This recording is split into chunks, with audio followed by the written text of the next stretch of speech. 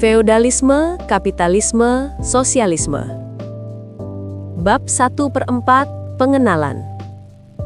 Tiga hal ini, feodalisme, kapitalisme, sosialisme, adalah corak ekonomi, bukan ideologi. Perbedaan antara corak ekonomi masyarakat dengan ideologi perlu diluruskan kembali. Dalam satu corak ekonomi bisa melahirkan puluhan ideologi, tergantung satu pilihan dari kebutuhan kelas penguasa di suatu wilayah negara. Ideologi menjadi landasan usulan undang-undang dan kebijakan publik. Misal dalam negara Jepang, terdapat corak ekonomi bernama feodalisme. Kelas atas diuntungkan, sementara kelas bawah melarat dan dibebankan. Feodalisme bisa melahirkan ideologi apapun dari kelas penguasa. Misalnya, kelas penguasa Jepang zaman dahulu memilih satu ideologi keshogunan. Keshogunan inilah yang merawat corak ekonomi feodalisme agar tetap lestari dengan undang-undang dan kebijakan publik yang khusus di Jepang. Undang-undang dan kebijakan publik bersifat intervensi, misal inspeksi mendadak harga sembako di pasar, hadiah atau apresiasi misal subsidi atau insentif, serta hukuman yang dijatuhkan kepada para pelanggar. Ideologi menawarkan stabilitas kepada masyarakat.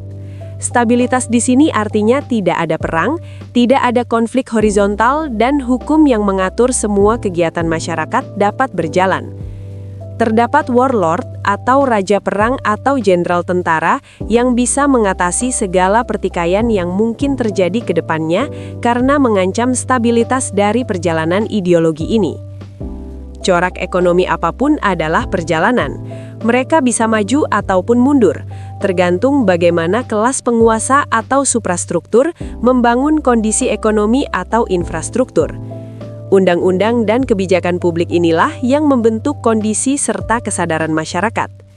Dikutip dalam buku Karl Marx, bukan kesadaran manusia yang menentukan keadaan sosialnya, melainkan keadaan sosial manusialah yang menentukan kesadarannya. Inilah yang membentuk dasar-dasar keseharian kita.